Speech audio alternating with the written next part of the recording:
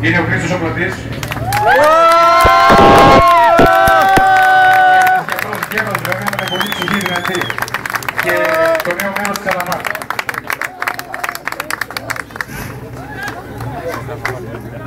Πλατής Έλνα, Σουβαρού Ιμπρέζα, Α8 με χρόνο 17-28-97.